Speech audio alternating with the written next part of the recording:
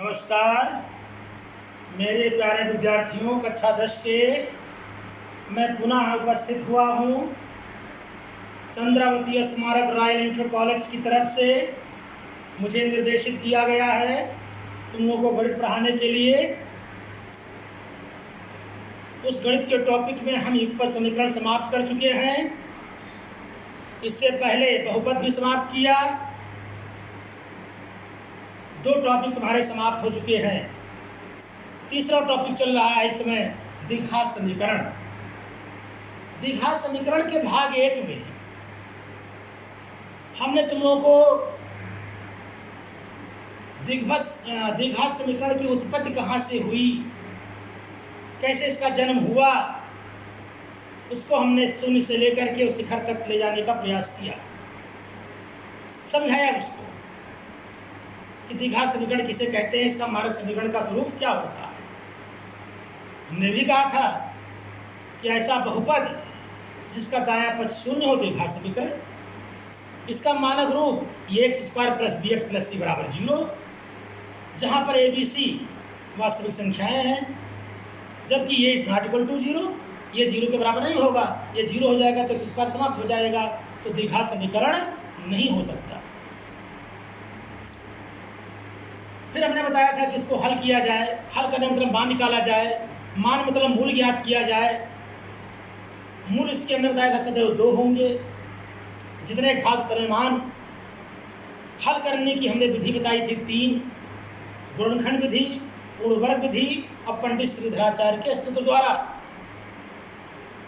हमने कल तुम्हें गुणनखंड विधि द्वारा एक सवाल लगा करके उस विधि को बताया।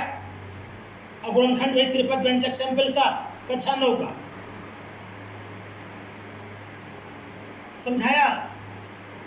फिर भी कुछ बच्चों के सवाल हमें मिले हैं कि अभी पूर्णवर्ग विधि न शुरू किया जाए, गुणनखंड विधि से ही हमको भी सवाल बताए जाएं।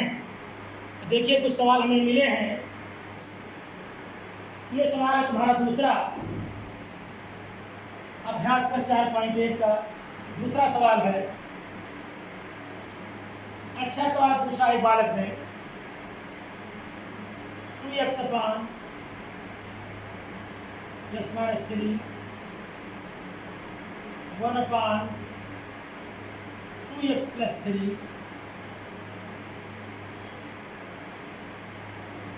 प्लस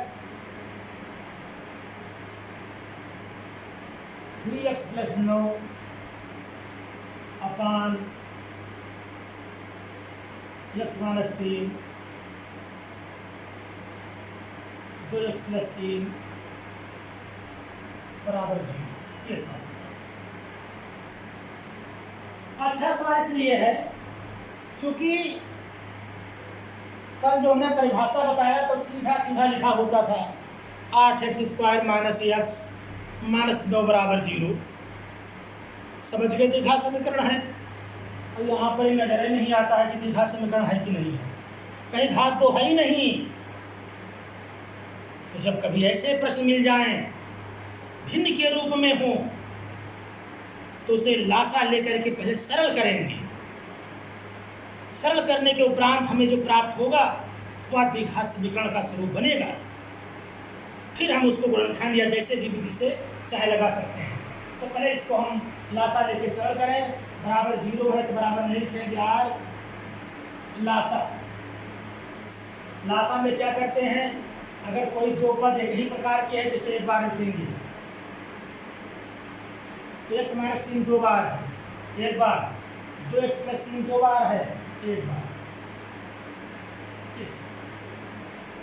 भाग करेंगे, x - 3 कर दिया, बचा ये, इससे गुणा हो जाएगा 2x + 3। इससे भाग करेंगे तो ये मतलब जो समान होगा वो गायब हो जाएगा और जो बचेगा ऊपर से गुणा हो जाएगा। x - 3 करना माइनस, ये पूरा कट जाएगा, ये और ये एक बचा, एक से गुणा करेंगे ये आ जाएगा बराबर 0। कि बटा ही बटा नहीं है तो बटा ये कर दो भैया। अब कैसे गुणा करें, साथ में क्वेश्चन भी खोलें। तो 2x का गुणा 2x से, 2 दूनी 4x², 2 3 6x plus x minus 3x plus 9। 1 से गुणा करेंगे यहाँ जाएगा और 0 से गुणा करेंगे बराबर 0। तो भैया बटा से मुक्ति पा गए। 4x स्क्वायर जोड़ लेंगे समान चिन्ह 6 3 9 3 12x और 9 में से 3 गई 6 बराबर 0। कटे से काट दो, 2 से कटेगा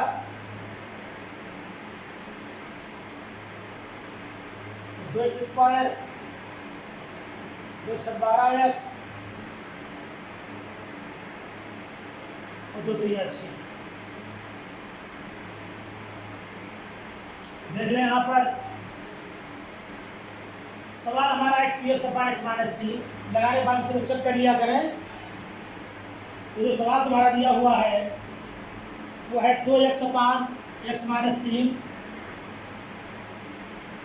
1 अपान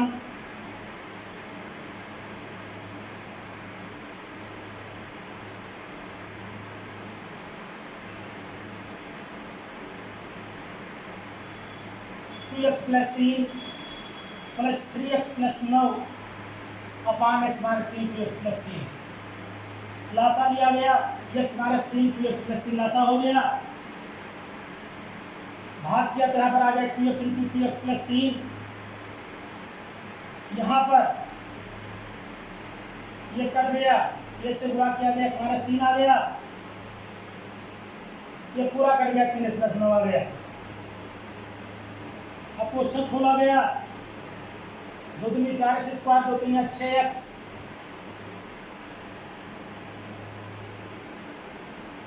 plus x minus 3 plus 3x plus 9। फिर कई चीज गुणा किया गया, सरल भी किया गया तो 4x square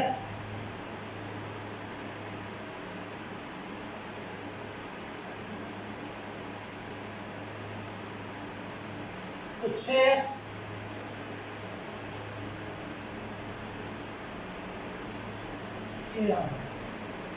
I am sorry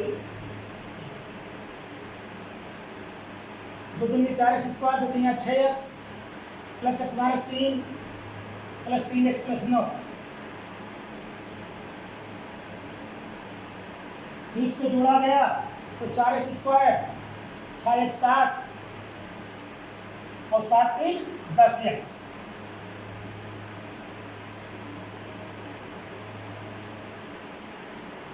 अब 2 से विभाजित हो रहा है, काट दें इस तरीके से। मतलब अगर भिन्न के रूप में दिया हुआ है सवाल तो हम उसे लासा लेकर सरल करेंगे। सरल करने के उपरांत जो हमें प्राप्त होगा व्यंजक वह द्विघात समीकरण का स्वरूप होगा। देखें यहाँ पर वही बन गया कि नहीं बन गया पहला के रूप का। अभी तक यह रूप था जो तुम्हें डरा रहा था, अब यह रूप बन गया।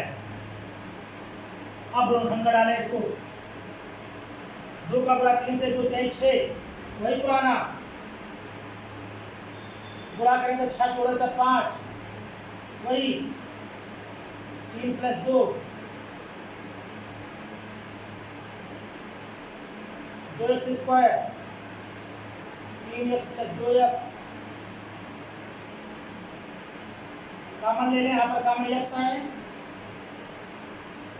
2x प्लस 3 कुछ नहीं कॉमन तो एक कॉमन 2x प्लस 3 बराबर 0 और पूरे में कॉमन हो गया 2x प्लस 3 दूसरे में आ गया x प्लस 1 बराबर 0।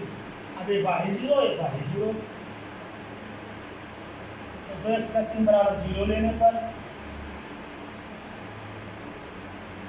तो 2x बराबर माइनस 3 x बराबर माइनस 3 बटा 2 हो जाएगा। इसी प्रकार इसको 0 लेंगे x प्लस 1 बराबर 0 लेने पर x बराबर माइनस 1 हो गया। लास्ट में देता x बराबर माइनस 3 बटा 2 माइनस 1 बक्स में हम कर दें, ये हमारा आंसर हो जाएगा। तो अगर कहीं भिन्न के रूप में दिया है तो उसे हम लासा लेके सरल कर लेंगे।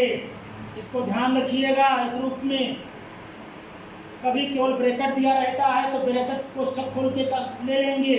अब कोई जरूर नहीं कि एक का गुणनखंड हो ही जाए। अब मन में उत्तर की जांच भी कर सकते हो, ये इसका हल है कि नहीं है। एक्स के जगह यहाँ रखें 3/2 माइनस 3/2, तो वर्ग करेंगे तो 3 3 9 बटे 4 हो जाएगा। 2 दूनी 4, यहाँ रखा माइनस 5 15/2 प्लस 3, लासा लेके हल किया गया बराबर 0। ऐसे एक रखें, 1 का वर्ग माइनस 1 का वर्ग प्लस 1, 2 का नम 2, फिर यहाँ पर -5, 3 2 5, 5 से 5 में 0, अतः आंसर तुम्हारा सही। देखिए एक सवाल और पूछा है बालक ने कि जो पता ना हो तब क्या करें। ये सवाल नंबर 3 पूछ दिया है, तो देख लो भाई एक और बता देते हैं, काहे के लिए कोई समस्या रह जाए।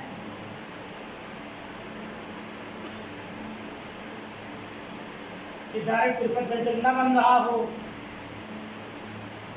तो हमने बताया कि भाई अलग अलग रास्ते हो सकते हैं। पहले उसको मेन रास्ता बनाकर तैयार करो तुम लोग, अब लासा लेकर कोष्ठक खोलकर जैसा भी हो।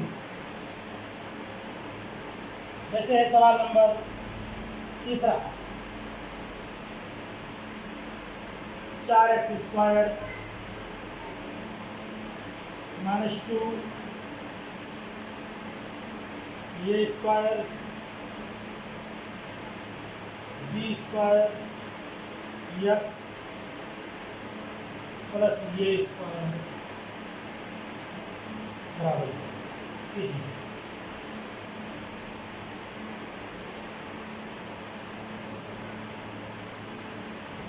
बढ़िया पूछा है कि भाई यहाँ पर क्या है, तो यहाँ का इलाज सिर्फ यही है, हर से कोष्ठक खोल दो।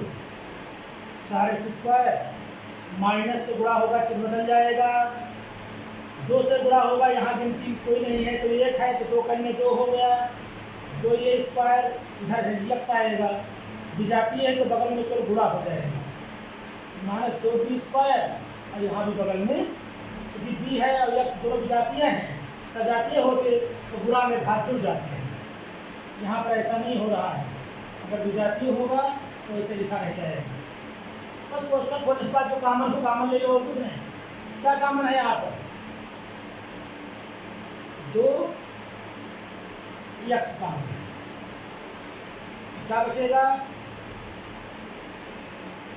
मिलाकर देख लें मिल रहा है कि नहीं मिल रहा है। 2x माइनस 2 कट गया, x कट गया, ये स्क्वायर है। यहाँ पर कामन ले लें, क्या कामन है यहाँ पर? b², यहाँ भी क्या आया? माइनस प्लस हो जाएगा तो 2x और माइनस ये स्क्वायर बराबर, और सिंपल सा, ध्यान नहीं दिया तुम लोगों ने, केवल कोष्ठक खोल दीजिए बस। अब पूरे में कामन 2x माइनस ये स्क्वायर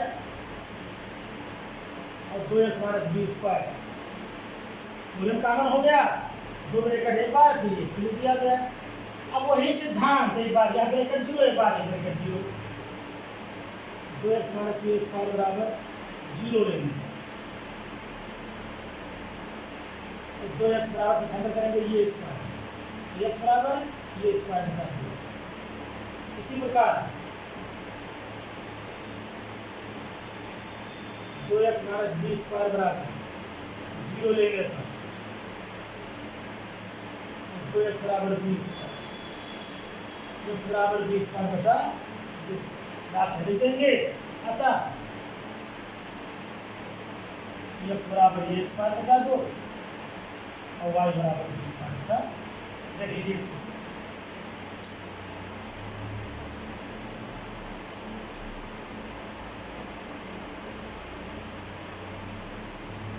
देख लिया ना, केवल कोष्ठक खोला गया है सिर्फ, और कोष्ठक खोलने बाद में 4 पद बन गया, 1 2 3 4, इन 2 पदों में कामन, इन 2 पदों में कामन, सिंपल सा।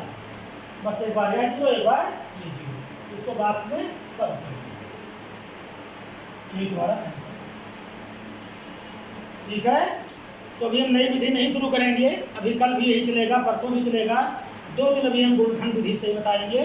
तो जो सवाल तुम्हारे नहीं लग रहे हैं तो फटाफट पूछते जाइए, हम तुमको बताते जाएंगे। जितना लगाएंगे जल्दी उतना कोर्स जल्दी समाप्त होगा और उतने हमसे पूछ पाएंगे, और जब नहीं लगाएंगे तो पूछने का कोई सवाल ही नहीं उठता। तो बस आज इतना सा ही। बहुत बहुत धन्यवाद। नमस्कार।